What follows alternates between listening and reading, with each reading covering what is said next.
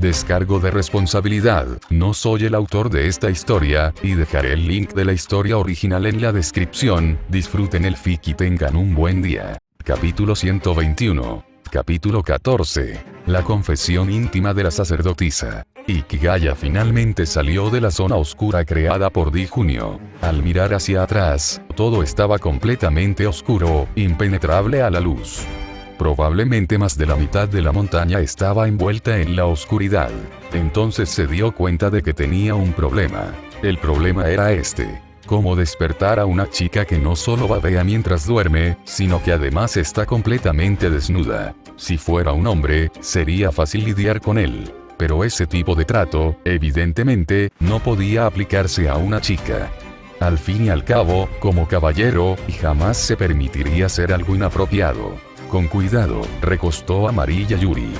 La chica, con una expresión de satisfacción en el rostro, incluso se dio la vuelta mientras dormía. Qué curvas tan bonitas, bastante seductoras. Espera, la verdadera pregunta debería ser: ¿con qué demonios estás soñando para no sentir ni siquiera lo frío que tiene el trasero al descubierto? Oye, despierta. Ikigaya le dio unas palmaditas suaves en la cara. No se atrevía a usar demasiada fuerza. No por ningún otro motivo, sino porque convertir accidentalmente a una chica guapísima en una testaruda sería terrible. Desde que se convirtió en asesino de dioses, su fuerza había aumentado notablemente y siempre cuidaba mucho sus ojos. Pero este tipo de caricias suaves claramente no tuvieron ningún efecto. La niña siguió durmiendo profundamente. Los músculos faciales de Ikigaya se contrajeron. Esto era humillante. En casa, su buenos días se había convertido en la peor pesadilla de Komachi. Quizás simplemente había perdido práctica despertando gente. Parece que cuando regrese, tendrá que usar a Komachi como objetivo de entrenamiento para recuperar su destreza. Lejos de allí, en Japón, Ikigaya Komachi estornudó violentamente de repente. Sin darse cuenta de que acababa de traumatizar psicológicamente a su adorable hermana pequeña, Ikigaya Hachiman, mirando fijamente a Mariya Yuri, que seguía desnuda y dormida, perdió la paciencia. Y así, en el soleado límite de la montaña del espíritu del puño, se desarrolló la siguiente escena. Levántate. Levántate ya. Un adolescente irritable estaba de pie sobre un césped verde y exuberante, rodeado de un denso bosque, sujetando, por los tobillos, a una hermosa chica desnuda, boca abajo, y sacudiéndola furiosamente. Era un ángulo audaz y sin filtros, perfecto para una fotografía dinámica, pero a juzgar por las venas en forma de cruz, que sobresalían en la frente del chico, estaba claro que al autoproclamado caballero no le preocupaban los ángulos de la cámara. Y entonces, la niña despertó. Kiara. Resulta que una persona recién despertada puede salir del estado de somnolencia con bastante rapidez. Al sentir una ráfaga de viento sobre su cuerpo desnudo, la sacerdotisa Mariya Yuri se dio cuenta rápidamente de su aprieto. Entonces, fiel a las normas de etiqueta que le habían inculcado desde la infancia, lanzó un grito que podría haber sacudido los cielos. Trágico y devastador. Ah, por fin despierto. La alegre voz del niño resonó junto a su oído. Tras un mareo repentino, la niña se encontró suavemente tumbada en el suelo, envuelta en el abrigo del niño. Pero, presa de la vergüenza y la furia, lanzó una segunda oleada de gritos. Esta vez, al estar de pie y con los pulmones llenos, el grito fue fuerte, prolongado e incluso tenía cierto ritmo. Sus gritos solo cesaron cuando vio al niño tapándose los oídos con calma, con una mirada que decía: haz lo que te haga feliz, no te preocupes por mí. Como una dama digna, no pudo imitar esa expresión. Comenzó a sollozar en silencio. ¿Por qué en silencio? Primero, porque su educación clásica le exigía mantener la compostura en todo momento. Aquel arrebato anterior fue una excepción. Segundo, porque había podido observar bien el rostro del chico, y eso le dio aún más ganas de llorar. Ikigaya Hachiman, el séptimo asesino de dioses registrado por el Consejo de Sabios, Rey de Japón. Los informes sobre cada asesino de dioses recopilados por el Consejo de Sabios siempre eran rápidamente adquiridos por las sociedades mágicas de todo el mundo. Como cronistas designados y máximos investigadores de los asesinos de dioses, catalogaron a Ikigaya Hachiman como el asesino de dioses más comedido y discreto hasta la fecha. A pesar de pertenecer al oscuro mundo de las artes marciales, este joven rey no mostró la agresividad inherente a tales orígenes. No actuaba de forma temeraria como los antiguos asesinos de dioses que hacía tiempo habían alcanzado ese nivel, ni causaba problemas interminables a quienes lo rodeaban como los más recientes. Nada de misiones arqueológicas, peleas ni juegos de héroe. Sobre todo esto último, muchos pensaban que el rey demonio debería dejar de jugar a ese juego. En comparación con sus predecesores, Ikigaya Hachiman vivió como una persona normal, continuando su residencia en su ciudad natal, e incluso asistiendo a la escuela. Un asesino de dioses yendo al instituto. ¡Qué imagen tan hermosa! El Consejo de Sabios lo apodó con entusiasmo la única persona moderna entre los reyes. Pero Mariya Yuri, estrechamente vinculada a la organización mágica semipolítica de Japón, el Comité de Compilación Histórica, no estaba de acuerdo. Tampoco lo estaba el resto de la comunidad mágica japonesa. Los magos extranjeros no pudieron ver la verdadera naturaleza del muchacho. Sí, era comedido. Sí, era discreto. Pero la única persona moderna... Puedo pegarte un puñetazo. Puede que parezca una persona moderna, pero eso es solo eso. Una apariencia. Hasta el día de hoy, nadie sabe qué le pasa a este tipo. Cuando se descontrola, es tan imprudente como cualquier otro rey. Aunque suele portarse bien, cuando pierde los estribos, es otra historia. Todos creían que su comportamiento normal se debía a su juventud y al hecho de que aún tenía una familia viva. Por eso se comportaba como una persona común y corriente en su entorno original. Esto explicaba su comportamiento de rey demonio en toda regla frente a desconocidos. El comité de compilación se sintió especialmente capacitado para opinar al respecto. Mariya Yuri también sentía esto profundamente ahora. Una persona normal jamás olvidaría el motivo de una pelea inmediatamente después de que ésta haya terminado. Tampoco despertarían a alguien colgándolo boca abajo, y mucho menos a un compañero desnudo del sexo opuesto. No, aquí vienen las lágrimas otra vez. Mariya Yuri volvió a derramar lágrimas de tristeza por su pureza perdida. Lo que le pareció más ridículo que triste, sin embargo, fue que ni siquiera sentía que tuviera la autoridad moral para reprenderlo. Ni siquiera quería levantar la vista, o mejor dicho, no se atrevía. Estaba convencida de que Ikigaya no tenía ni idea de lo que ese comportamiento significaba para ella. No le cabía duda. Una sola mirada a su rostro, ajeno a todo, se lo confirmó. Quizás, ese era su destino, estar destinada a servir al lado de un asesino de dioses. Curiosamente, ese pensamiento le brindó un mínimo de consuelo, el suficiente para evitar que cavara un hoyo y se escondiera para siempre. Al repetir esa frase en su mente, finalmente logró calmar sus turbulentas emociones. El lugar estaba en silencio. Ella levantó la vista y vio los pies de Ikigaya aún apoyados a su lado. Él no la había interrumpido en absoluto mientras se revolcaba en el vado. Qué vergüenza que actúe de forma tan inmadura siendo sacerdotisa.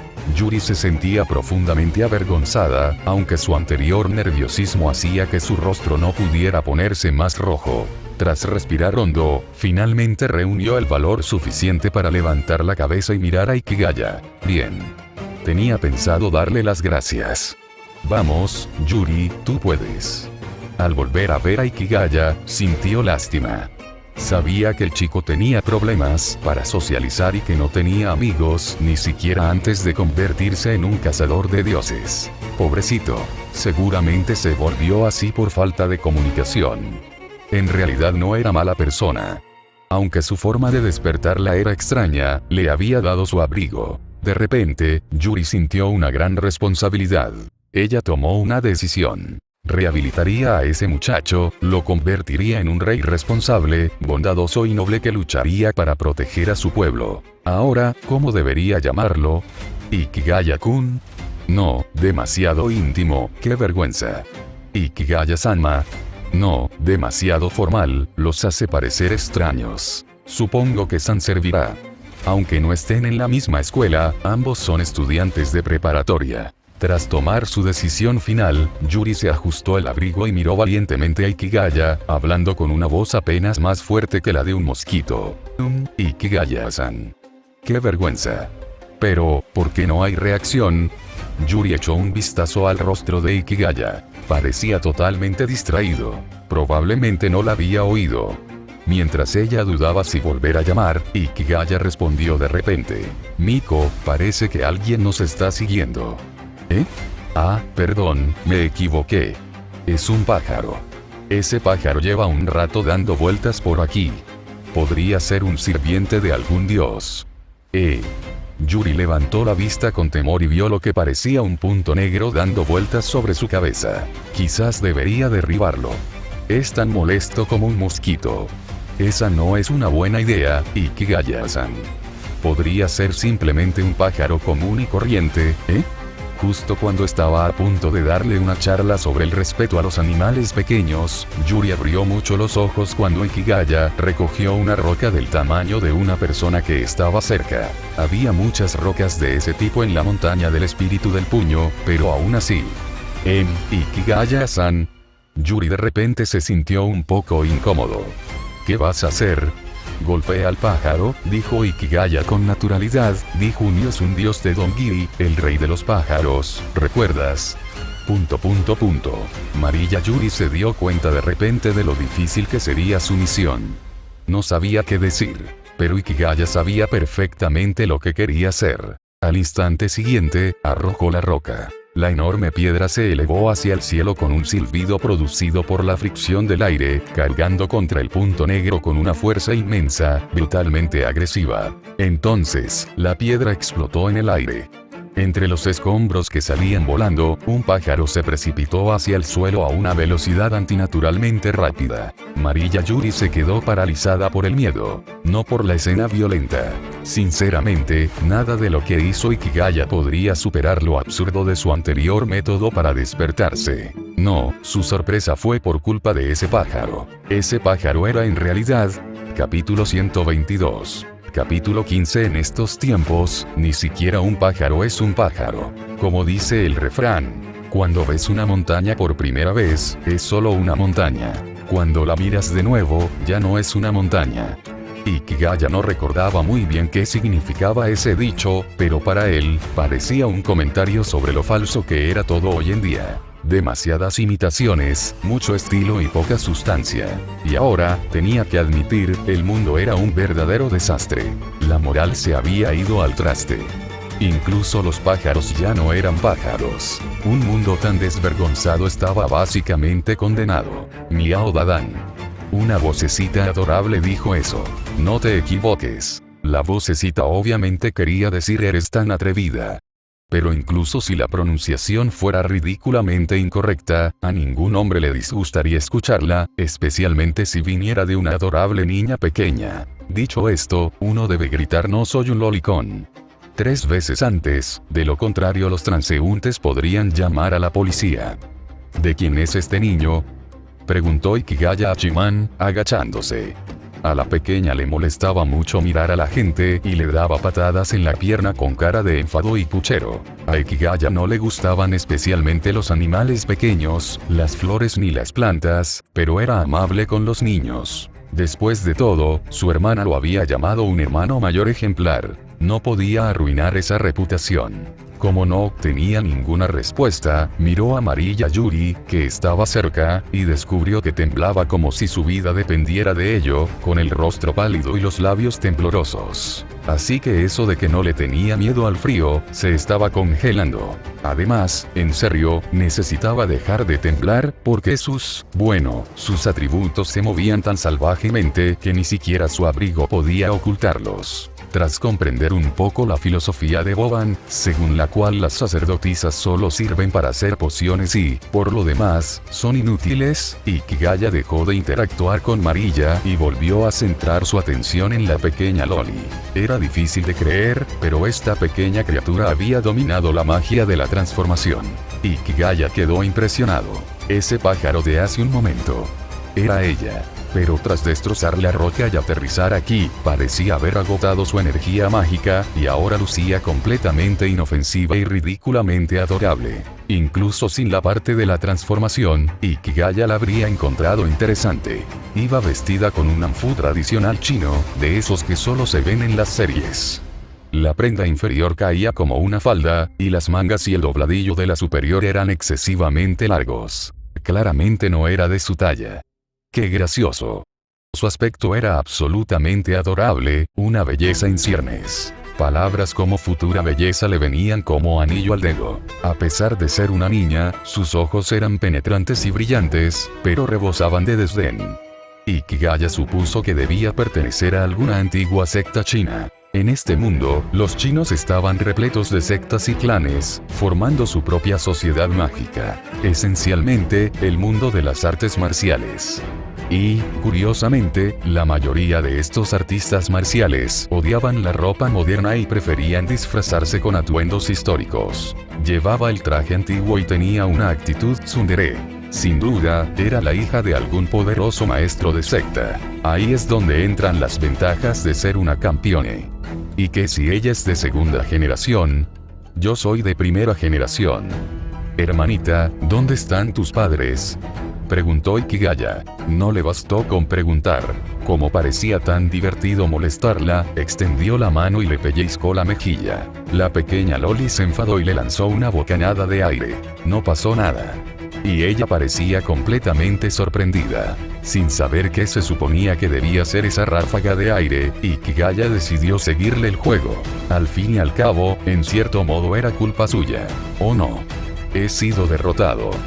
Puso una cara dramática y actuó como si lo hubieran noqueado. Marilla se quedó atónita, como diciendo ¿qué demonios es esto? La Loli no pareció impresionada por la reacción de Ikigaya. Soltó un HMPH lleno de orgullo, seguido de una expresión que decía claramente no te perdonaré tan fácilmente.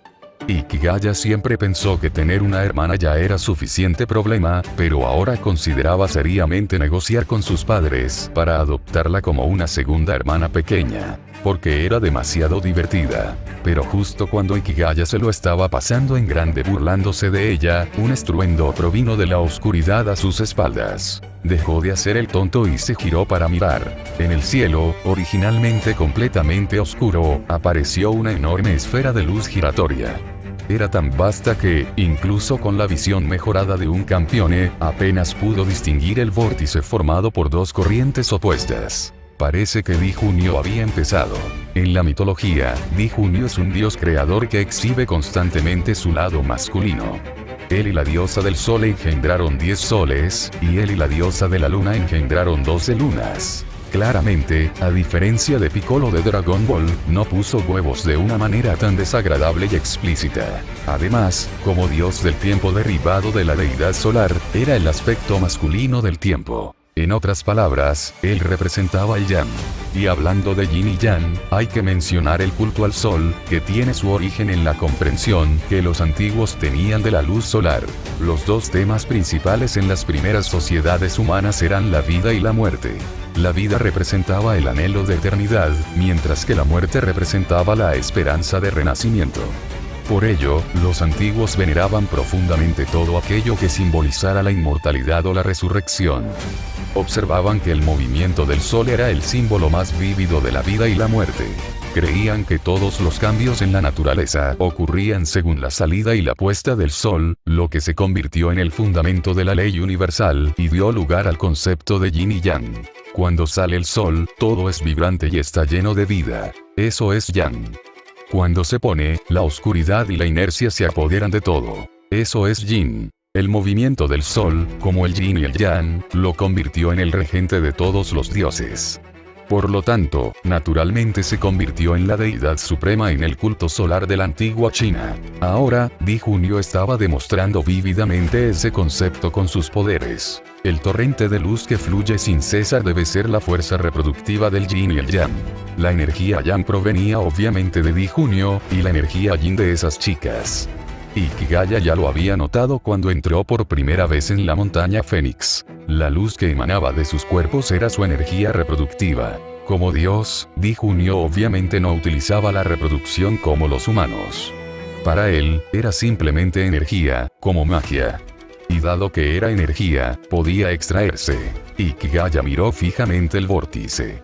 Un huevo gigante se estaba formando lentamente en su interior. La puesta de huevos siempre fue un rasgo distintivo de la mitología Dongiri. Relatos posteriores, como el mito de la creación de Pangu, también incorporaron este concepto. Al parecer, Di Junio estaba concibiendo su primer hijo. Si eso fuera todo, no sería tan malo, pero Hikigaya intuía que la criatura dentro del huevo pronto eclosionaría. El vórtice incluso se dirigía hacia él arrastrando el huevo. Sin pensarlo, agitó su mano derecha, invocó viento para levantar a Amarilla Yuri, que una vez más gritaba, y con la izquierda, agarró a la furiosa Loli que gritaba como te atreves. Y salió corriendo. No es que fuera un cobarde. Ni siquiera pudo vencer a Di Junio con el poder de 3 soles. Era un dios creador. Eso merecía respeto. Pero si ni siquiera pudo vencer al huevo que preparó Di Junio, entonces bien podría comprarse un bloque de tofu y destrozarse la cabeza. ¿Cómo podía el poderoso asesino de dioses ser peor que un maldito huevo? En cualquier caso, pelear era cosa de hombres. Primero, tenía que sacar a esos 2 pesados de allí. Di Junio, ese pervertido gigante, probablemente aceptaría a cualquier mujer, así que estos 2, uno grande y otro pequeño, definitivamente no debían quedarse allí más tiempo. Capítulo 123. Capítulo 16. Eres solo un huevo. En la cima del monte Fénix, Di Junio permanecía de pie, expuesto al viento, contemplando el gigantesco huevo en el cielo. Se había vuelto extremadamente sólido. Como rey, yo también he fracasado, murmuró para sí mismo. Originalmente, debería haber dado a luz primero a los 10 soles y las 12 lunas, pero dadas las circunstancias actuales, esto era simplemente imposible. Aunque había utilizado los poderes divinos del dios del tiempo y del dios del espacio para repeler sucesivamente a 2 seres mitad dioses, mitad humanos, esto solo dejó suficiente poder reproductivo residual para que descendiera un dios subordinado. Pero él era el dios rey, una presencia que reina suprema sobre el mundo. Esta pequeña dificultad no lo haría rendirse. Di Junio era su nombre favorito, por lo que no aceptaría ser olvidado sin más por los humanos. Ahora que había venido a la Tierra y se había manifestado en esta forma, creía que, para los humanos olvidadizos, mientras él recreara los mitos en la Tierra, recordarían naturalmente el nombre Di Junio. Poder, aún necesito más, la mirada del antiguo emperador celestial brilló como un relámpago.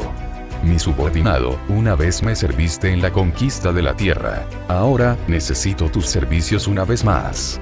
Como si oyera su voz, el huevo gigante en el cielo comenzó a desestabilizarse. Las corrientes de luz en el cielo se volvieron más feroces que nunca, convergiendo todas hacia el huevo y siendo absorbidas por completo. Entre el cielo y la tierra, resonó un sonido claro. Este sonido fue acompañado de un crujido en la cáscara del huevo.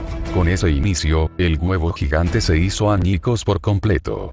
Grandes corrientes de aire salieron disparadas y, entre el viento y las nubes, emergió una figura alta y musculosa. Era un hombre corpulento, con aspecto de cazador. Dios Padre, el robusto dios subordinado, descendió ante Di Junio y se inclinó. Hijo mío, ahora es el momento de mostrarle al mundo tu valentía. Di Junio asintió y extendió ambas manos. En su mano izquierda sostenía un arco completamente rojo, y en su mano derecha, un carcaj lleno de flechas con plumas blancas. Te entrego el arco rojo y el carcaj puro. De ahora en adelante, eres Yi el arquero, oh Yi. Ve y recupera para mí todo el poder disperso en la tierra. ¿Sí? El dios subordinado, Yi el arquero, recibió el arco y las flechas otorgados por Di Junio y saltó desde la cima de la montaña. Sin embargo, en pleno vuelo, ya había comenzado a transformarse. Su cuerpo divino irradiaba luz y fuego, convirtiéndose en un cuervo llameante de 3 patas que batía sus alas mientras se elevaba hacia el cielo y desaparecía rápidamente tras el horizonte. Mi hijo aniquilará toda la abundancia del mundo, y aún así la humanidad lo aclamará como un héroe que salva al mundo. Dioses humanos, si desean detenerlo, inténtenlo. Di Junio miró en la dirección en la que ya había desaparecido, con una expresión llena de confianza. Gran ancestro, ¿qué debemos hacer con esas mujeres? Desde atrás se oyó la voz del rey de Monte Fénix. Mi descendiente, ¿estás preocupado? Rió Di Junio suavemente. Los seres divinos, en última instancia, siguen siendo humanos. En cuanto a esas mujeres, ahora son inútiles para mi sin capacidad reproductiva. Pero no les hagas daño. Déjalas ir. Hizo una pausa por un instante y luego continuó. Aunque sean descendientes de los dioses ancestrales, su poder sigue siendo demasiado escaso. Pero seguramente en esta tierra aún existen parientes míos. Si no, entonces ni siquiera los humanos dioses están a salvo. Sí, respondió respetuosamente el rey de Monte Fénix y se retiró, dejando solo al rey dios, que seguía de pie en su sitio, mirando a lo lejos. Mientras tanto, fuera del mundo oscuro, Ikigaya Hachiman corría a toda velocidad. La niña que tenía en brazos hacía tiempo que había dejado de quejarse. En su lugar, había empezado a enfurruñarse. Marilla Yuri tampoco gritaba ya, pues no había nada a su alrededor. Ni gente, ni siquiera un conejo. Realmente no quedaba nada por lo que gritar. Aunque la montaña del primer espíritu estaba desierta, siempre había sido un paraíso para los animales. Pero ahora reinaba un silencio inquietante. Esto no fue una coincidencia. Gracias a la herramienta divina que contenía el poder de la antigua diosa Madre Tierra, Ikigaya podía sentir cómo la energía vital de la Tierra escapaba, como si algo la persiguiera. Ikigaya recibió su respuesta rápidamente. Una ola de calor intenso lo envolvió desde arriba. A su paso, todas las plantas circundantes se marchitaron al instante. Pero esta fuerza aún no había dañado a Ikigaya. Levantó la vista y vio una figura demasiado familiar. Un cuervo dorado de 3 patas. Él gritó. En el mito de Ouji derribando los soles, esta era la forma animal más conocida del hijo de Di Junio, los 10 soles. Pero esta criatura no existía en los mitos del Di Junio de la dinastía Shan, lo que le confería un aire ominoso. Y esa sensación no tardó en confirmarse. Después de que el cuervo dorado sobrevolara Ikigaya, comenzó a transformarse. Las llamas desaparecieron gradualmente y el cuerpo del cuervo se volvió humano. En los ojos de Ikigaya apareció la imagen de un hombre fuerte, que sostenía un arco y flechas. Ikigaya se quedó boquiabierto. Realmente era un gafe, espera, más bien tenía un corazón maldito. En el mito de disparar a los soles, Yi desempeñó el papel de salvador heroico. Pero en textos como el clásico de las montañas y los mares y el Guainanzi, su origen es completamente diferente. En el primero, era un dios que descendía al mundo humano para convertirse en un héroe mortal. En el segundo, un humano realizó hazañas dignas de un dios. Independientemente de su origen, la relación de Yi con Di Junio siempre fue muy estrecha. Y en el clásico de las montañas y los mares, guías dentro de los mares, la frase Di Junio dio a luz a Ouji implica claramente una relación paterno-filial entre Di Junio y Ouji. Pero ahora, frente a él, no se trataba solo de una insinuación, sino que era claramente un hecho. Ah, claro. Si fuera hijo de Di Junio, su nombre correcto sería Yi el arquero. Mientras Ikigaya sopesaba si atacar primero, Ouji ya había hecho su movimiento en el aire. Pero su objetivo no era Ikigaya. En la percepción espiritual de Ikigaya, la energía vital de la tierra se acumulaba rápidamente. La luz iluminó toda la montaña. Eran los espíritus de la tierra. Ikigaya ya conocía a los espíritus. Muchos magos tenían experiencia tratando con ellos. Estos espíritus no tenían forma y eran invisibles, pero aquellos con talentos extraordinarios podían percibirlos con la misma claridad con la que percibían el maná, y reconocer que estos seres albergaban emociones positivas excepcionalmente puras. Por ello, los magos creían que los espíritus eran los seres más cercanos a los dioses en esencia. No tenían forma como las deidades, pero aún así influían en el mundo natural. Ahora, los espíritus de la montaña del espíritu del puño se habían convertido en el objetivo del hijo de Di Junio, Yi el arquero. Ikigaya ni siquiera tuvo tiempo de detenerlo. Ouji ya había disparado la flecha divina, la misma que en la mitología había derribado 9 soles. No hubo estruendo alguno que hiciera temblar la montaña, ni un trueno ensordecedor. En silencio y sin dejar rastro, la luz que cubría toda la montaña desapareció, completamente borrada por la flecha de Yi. Sin espíritus, esta tierra estaba esencialmente muerta. Una extraña sensación de inquietud surgió en el corazón de Ikigaya. Hasta ahora, siempre había creído que los pensamientos y acciones de los dioses no tenían nada que ver con él. Era un asesino de dioses, así que cada vez que se encontraba con alguno, luchaba contra él, lo derrotaba y le arrebataba su poder. Eso era todo. Y ahora, en el cielo, Ouji recuperó la flecha que había disparado. Esa flecha ahora brillaba con una luz radiante. Era evidente que una flecha divina estaba destinada a derribar soles, pero había aniquilado los espíritus de la tierra. A Ikigaya ya no le importaba el motivo. Levantó la cabeza y miró fijamente a Ouji, quien ahora lo miraba desde arriba, listo para la batalla. Héroe o no, ahora mismo, solo eres otro cabrón al que tengo que destrozar. Capítulo 124. Capítulo 17. La conjetura de Ikigaya. Un asesino de dioses. Tras completar su primera masacre al descender, Ouji guardó su arco y flechas, y luego dirigió su mirada al hombre que yacía en el suelo. Ikigaya. No puedo decir que me alegro de verte, dijo Ikigaya con expresión de disgusto. El aire a su alrededor fluía sutilmente, separándolos a él y a las dos chicas que estaban a su lado del mundo exterior. Y pensar que el héroe que derribó los soles destruiría la tierra.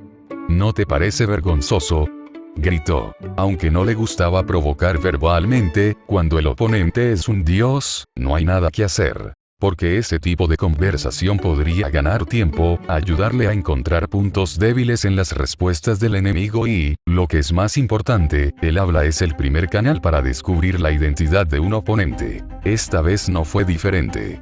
Bien dicho, pero ahora no desciendo como el héroe que ayuda al reino mortal desde el mito, sino como un dios subordinado. Por lo tanto, mis acciones están justificadas, respondió Ouji con una sonora carcajada, revelando despreocupadamente su identidad. Un dios subordinado es una deidad que se ha desvinculado de la mitología pero no la desafía. En cambio, se apoya en dioses heréticos del mundo actual. Es por estos últimos que desciende. En este estado, los dioses son más débiles que cuando se encuentran en el mito o en la rebelión. Una forma de descenso incompleto. Sin embargo, siguen siendo dioses, con poderes que superan con creces la capacidad humana. La lógica aplicable a la gente común carece de sentido para los asesinos de dioses. Del mismo modo, cuando el oponente es un dios, dicha lógica resulta igualmente inútil. Un dios de la guerra como Ouji posee la característica de buscar siempre la victoria, sin importar las circunstancias. Los enemigos de los dioses, los asesinos de dioses, eran originalmente simples humanos débiles. Incluso los dioses pueden caer en trampas. No tienen el monopolio de los errores. Sin embargo, la mirada de Ouji vaciló, y Ikigaya, agobiado por las dos chicas que lo acompañaban, no inició ningún ataque. Aunque no eran sus hijas, que un dios le arrebatara una ya era suficiente. Cualquier otra cosa dañaría su reputación. El prestigio no es algo exclusivo de los dioses. Los dos permanecieron en un punto muerto durante un largo rato. Al final, Ouji habló primero. Mi naturaleza me obliga a luchar contra ti ahora. Pero, parecía arrepentido. La orden de mi padre no puede desobedecerse. Aún no he reunido el poder suficiente. Ni tú puedes luchar contra mí con toda tu fuerza ahora. Así que, asesino de dioses, posponemos nuestra batalla. De acuerdo, asintió Ikigaya. Vete. La próxima vez que nos veamos, serás tú o yo. Ese es el espíritu de los verdaderos enemigos, rió Ouji.